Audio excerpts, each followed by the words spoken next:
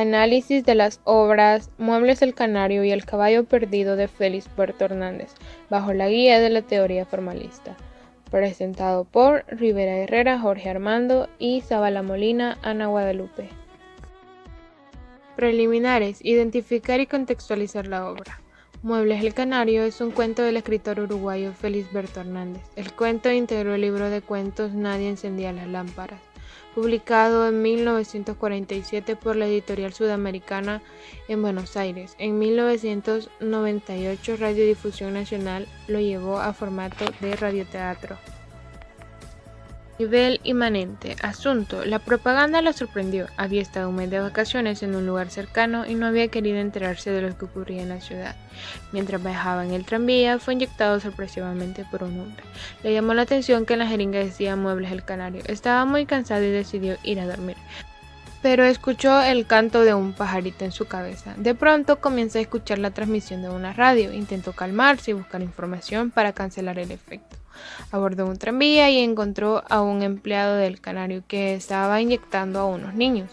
El hombre pregunta cómo anular el efecto. El empleado le propone una solución a cambio de un peso y le dijo: dese un baño de pies bien caliente.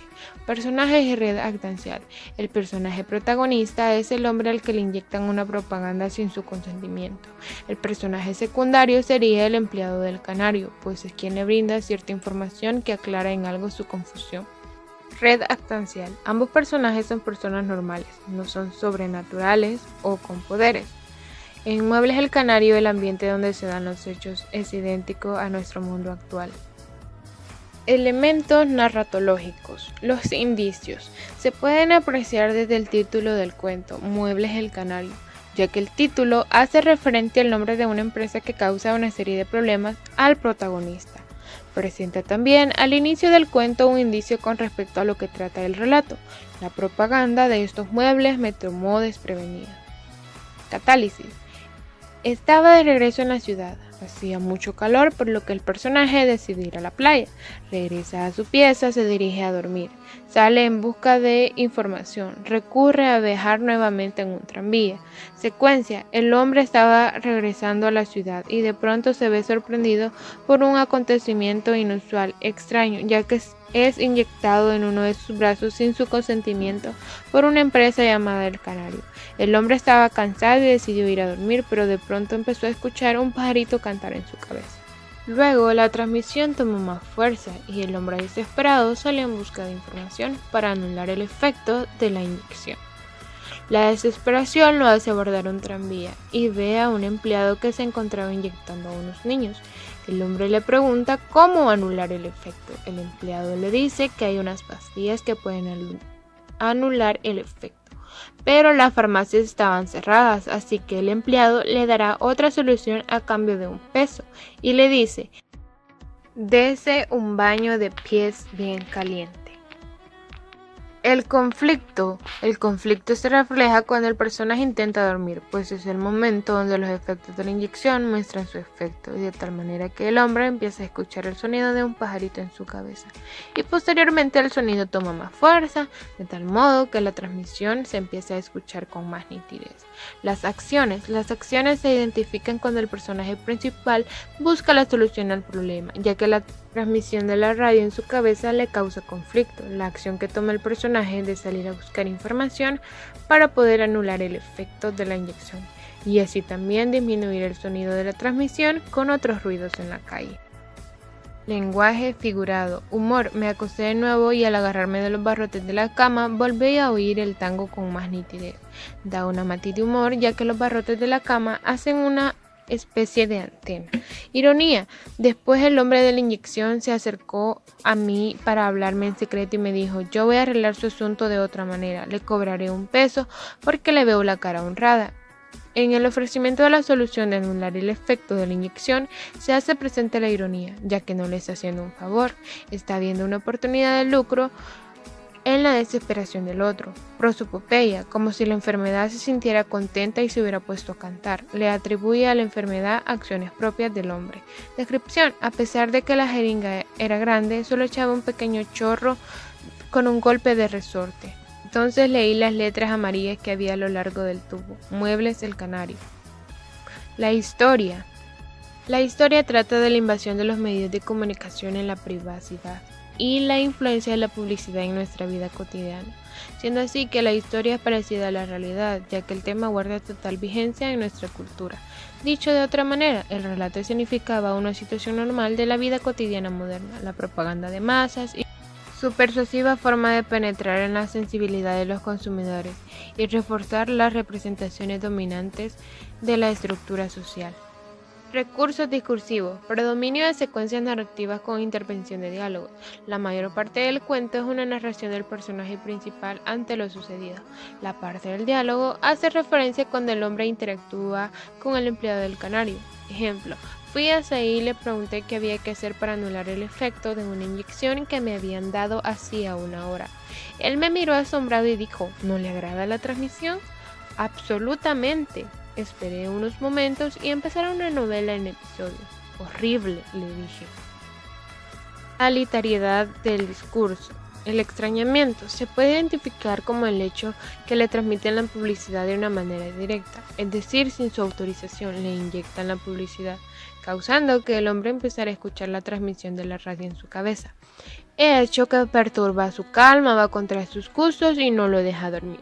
La deshabituación, siendo un cuento fantástico, el autor logra tener un toque donde se muestra creíble el cuento, ya que la invasión de los medios de comunicación no es una exageración o algo fuera de lugar.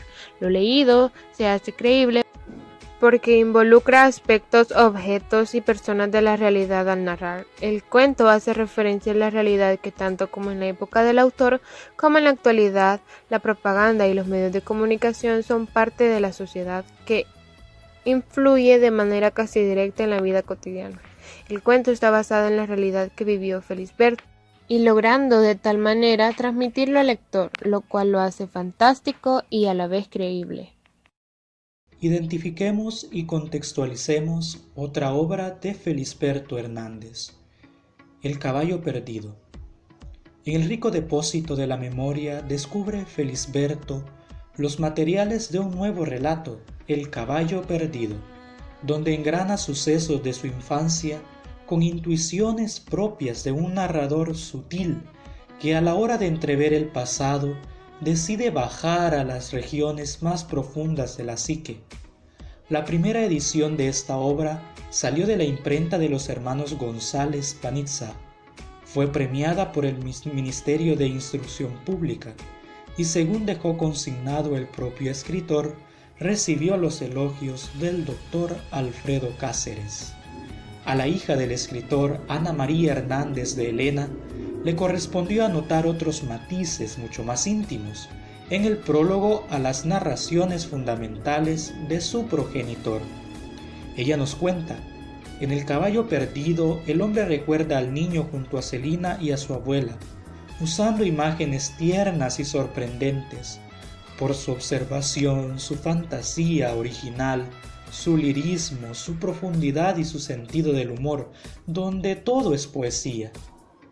En la dedicatoria a Calita de un ejemplar de este libro, ella le dice: los dos iremos en el caballo perdido hacia nuestro destino, y nunca pondremos pie en tierra. Mi padre antes de morir me dijo que El caballo perdido era su obra preferida, nos dice su hija Ana María Hernández. Prosiguiendo con el asunto de la obra, el niño de la historia relatada, que cuenta con 10 años de edad, cumple su aprendizaje musical cotidiano en casa de Celina. El tiempo de la obligada espera, puesto que Celina tarda en hacer su aparición, permite al niño violar algún secreto de la sala, como levantar las polleras de las sillas, establecer relación con la mujer de mármol y con la mujer de la fotografía.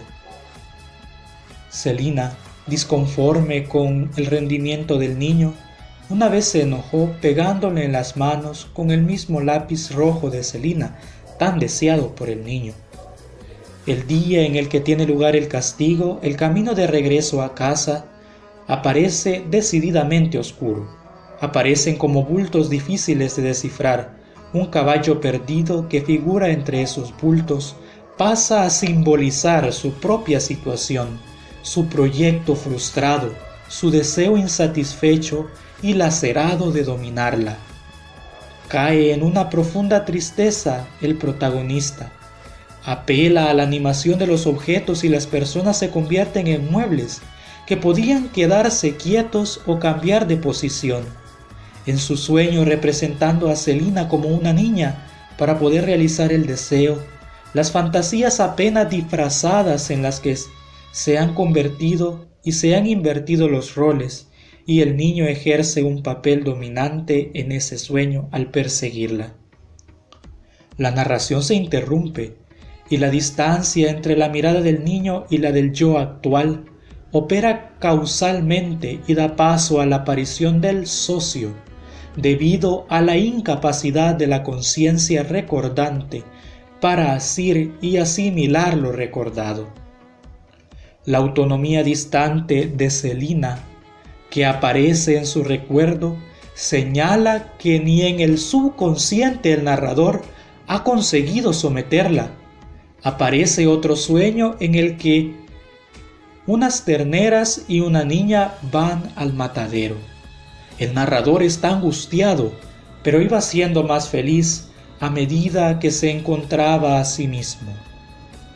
El narrador reconoce la diferencia entre el pasado y el presente, así como la inevitable deformación que el tiempo produce en los recuerdos, pero le resulta imposible saber cómo es aquel niño mirado desde sí. En cuanto al narrador, El caballo perdido es un relato en primera persona, aunque en ocasiones es muy cercano a un monólogo interior con un narrador homodiegético. Percibimos que en la segunda parte, esta discordia interior del personaje, esa bifurcación del yo, toma características metadiegéticas bien definidas, en tanto el problema de la emisión y la continuidad secuencial del relato aparecen tratados explícitamente a nivel de la trama, desempeñando una función en la diégesis. El yo narrador de El caballo perdido no deja de insistir en sus sentimientos de dolor o de alegría y en su minucioso trabajo de introspección. En la primera parte, el procedimiento retrospectivo encarnaba en el niño a la manera de una puesta en escena en el ahora. Aunque se trata del mismo narrador, se menciona al niño en tercera persona para acentuar la distancia temporal con el adulto del presente. Claro que la revelación de este ahora aparece hacia el final, cuando la narración desemboca en un vacío. El presente es el lugar del despojo y del silencio. En la obra aparecen ciertos personajes que cumplen con el rol de protagonistas. Tenemos al niño, con la frescura del procedimiento y la primera persona retrospectiva, en verbos pretéritos, hasta el momento del castigo, luego del cual será mencionado por el autor por la tercera persona. También tenemos a Selina, con quien afloran los espíritus sexuales del narrador, que se distinguen en el texto durante el tiempo de la evocación. Pero Selina contrarresta toda esa ilusión del niño, mostrándosele a él dura, rígida en sus movimientos, en sus gestos, en sus vestidos y hasta en su alma. Ella misma romperá en pedazos la ilusión de poseerla.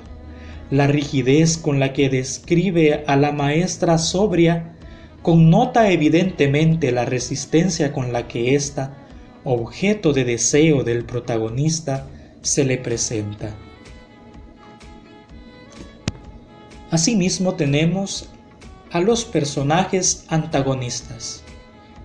Según el esquema hegeliano adoptado por Echavarren, en El caballo perdido el narrador y Selina combaten una lucha a muerte, de la que sale un ganador, Selina, que se convierte en amo, y un derrotado, el protagonista y narrador, que al perder se reifica.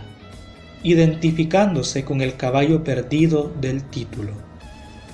En la segunda parte del relato el autor se enfrenta con otros yoes, el socio y el prestamista, que a diferencia de los otros personajes tienen una existencia en el subconsciente. El socio es pues la duplicación del narrador en la segunda parte, el representante de las personas que habitaban en el mundo, que no siempre es hostil ni ladrón, a veces lo cuida y reprende como una madre, y otras veces se presenta en forma de amigos, que lo ayudaban a escribir con sabios consejos. El prestamista, en que se convierte el narrador, representa una actitud desinteresada y fría ante la memoria, que se opone por completo al emocionalismo puro del momento escapista.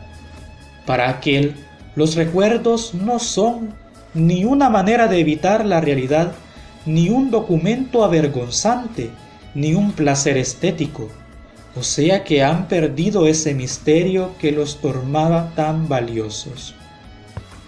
En cuanto a los personajes secundarios, se nos presentan la madre del niño y su abuela. Son ellas quienes introducen al niño en la relación con Celina, sus clases de piano y por consiguiente a su casa. Son ellas también quienes lo vigilan, lo esperan y lo protegen. A continuación presentamos un esquema de una red atacial presentada por Morillas Ventura. La búsqueda de los secretos se manifiesta a través de la exploración de los objetos de la sala, en las polleras de las sillas, la estatua de mármol y la fotografía. Pero a ello se presentan ciertos elementos oponentes y resistentes al deseo que manifiesta el niño, como la aparición de Celina, el mármol frío y duro y la reprensión del marido. El castigo de Celina representa una frustración en la búsqueda y la exploración de este niño. A continuación trataremos sobre los elementos narratológicos presentes en la obra. Los indicios. La doble significación entonces parece pasar en esta obra a través del caballo, caballo de alguien que lleva riendas, Celina, quien ejerce la autoridad, caballo también que carga con los castigos que recibe el narrador, el hijo en la función de aprendiz. La figura surge del caballo, pues, como depositario de las intimidaciones que sufre el narrador, reaccione o no contra ellas, tal como queda plasmado en la escena donde deja como carga la amenaza que la abuela había hecho al narrador en casa de Celina a causa de su mal comportamiento cuando emprenden la vuelta a casa y encuentran el caballo en el camino. Catálisis. El niño de 10 años tomaba clases de piano con Celina, acompañado en ocasiones por su abuela. Celina tardaba mucho en llegar, entonces irrumpe en el deseo de violar los secretos de los adultos. Celina cada vez que llega le saluda con un beso y cambia su traje por un batón blanco. Los muebles cambian de posición y parecen cobrar vida. Personas también parecen cosificarse.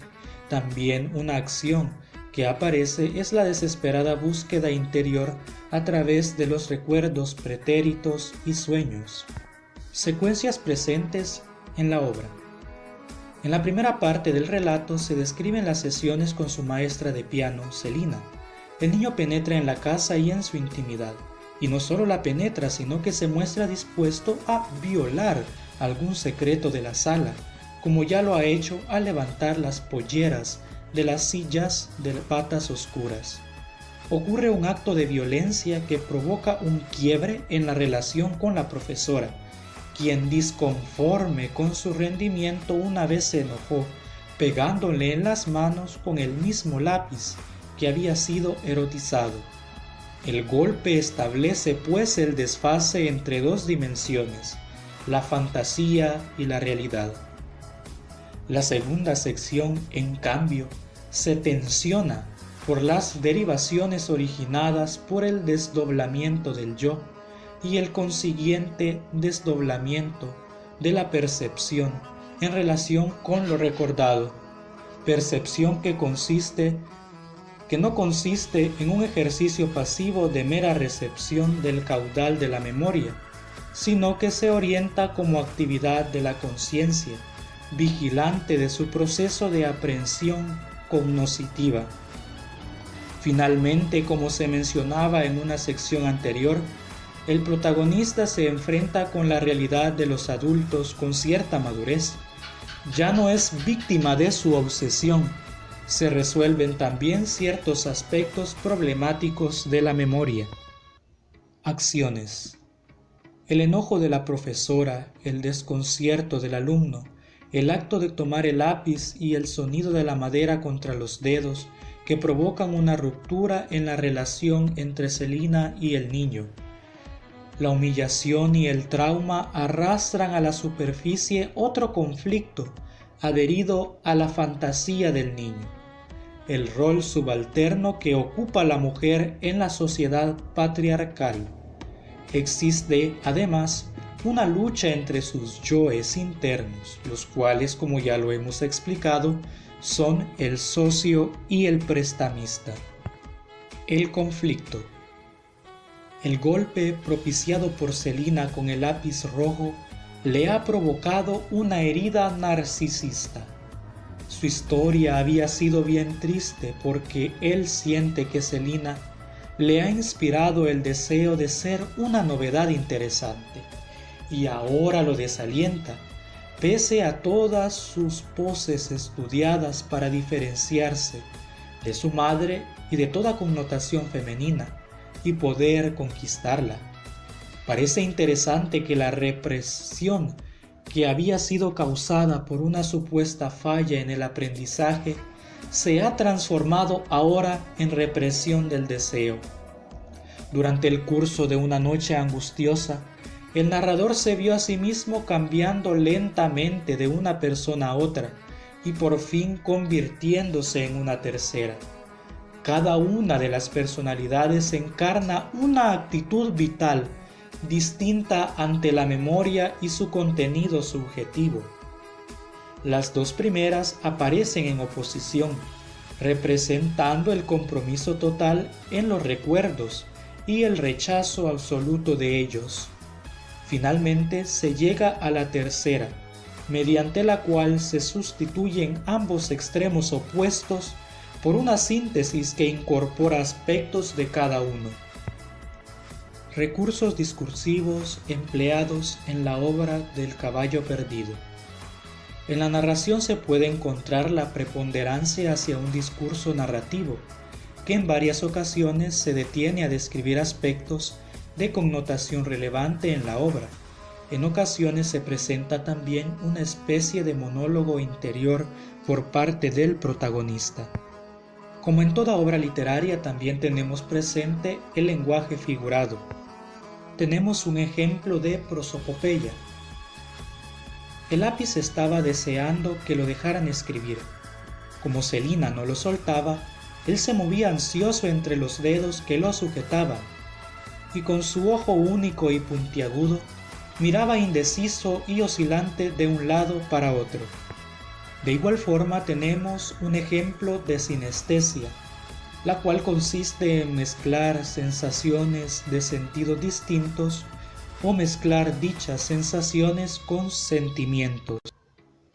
Además, el saber que todo lo que había allí pertenecía a Celina, que era tan severa y que apretaría tan fuertemente sus secretos, me aceleraba con una extraña emoción el deseo de descubrir o violar secretos.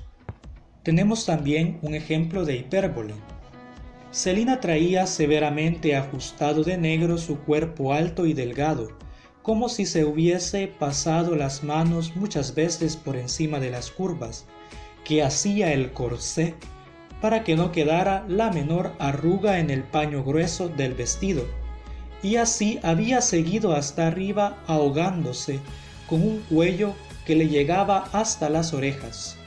Después venía la cara muy blanca, los ojos muy negros, la frente muy blanca y el pelo muy negro, formando un peinado redondo como el de una reina que había visto en las monedas y que parecía un gran budín quemado. Asimismo, se nos presenta un ejemplo de humor. Dentro de un cuadro había 2 óvalos con las fotografías de un matrimonio pariente de Celina. La mujer tenía una cabeza bondadosamente inclinada, pero la garganta abultada me hacía pensar en un sapo. Finalmente presentamos un ejemplo de sarcasmo. Sin embargo, me había conmovido que hubiera dicho que no quería ir porque estaba cansada y yo estaba bañado en lágrimas. La historia. La historia incluye elementos que se parecen a la realidad, tales como los personajes, pensamientos, opiniones y evocaciones del pasado que se manifiestan en el protagonista, aunque algunas acciones realizadas por él también pueden tener rasgos de locura. Pero también en el relato Hernández se encuentra una amplia manera de vitalizar los objetos, muebles, fundas, sillas, un piano, flores, manos que parecen sobrevivir fuera del resto del cuerpo, cobran en este bello y denso relato rasgos de una impresionante autonomía, permitiendo que el lector acepte su independencia. Continuamos ahora con la literariedad del discurso. Primero, hablaremos sobre el extrañamiento. El autor hace uso de la personificación en las figuras de los muebles, la cosificación de personas para lograr el extrañamiento. A un hecho cotidiano se interponen otros extraordinarios, y de esa aparente insensibilidad pasan a involucrarse en la narración, posesionándose de las emociones de los humanos. En segundo lugar tenemos la deshabituación.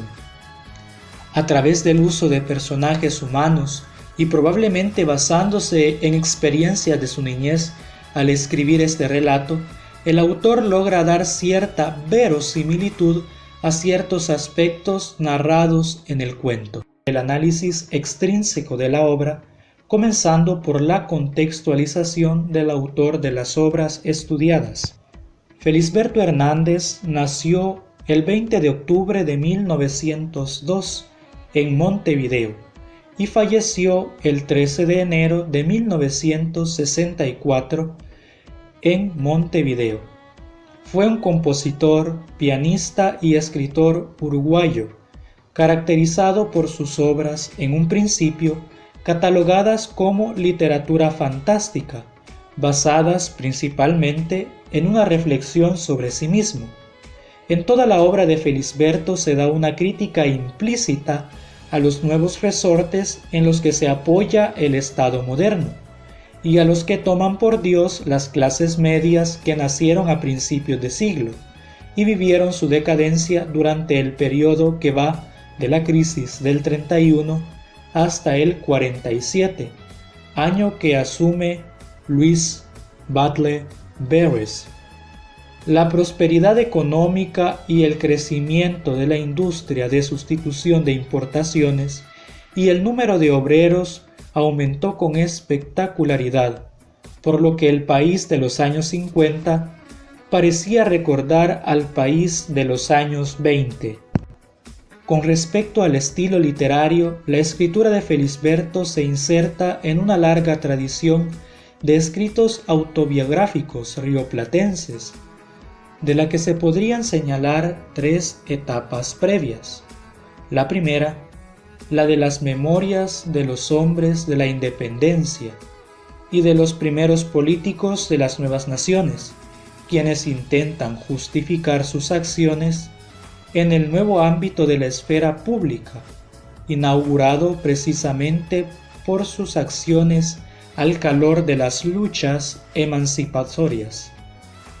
La segunda, al finalizar las guerras civiles, en las cuales se hace preciso ofrecer la autobiografía como evidencia de en qué lugar luchaba quien pretende un cargo político. En el Estado moderno, estas tienen un fin autolegitimador. Una tercera etapa finisecular, en la cual se da cuenta de la intimidad oligárquica de las historias de vida, pero siempre relacionando la propia historia con la historia del país y de una clase social. En estos textos, en los que predomina el tono evocativo, las élites ilustradas comenzaban tempranamente a dar cuenta de sus fracasos generacionales. Cuando escribe Felisberto, el proceso modernizador prácticamente está consumado.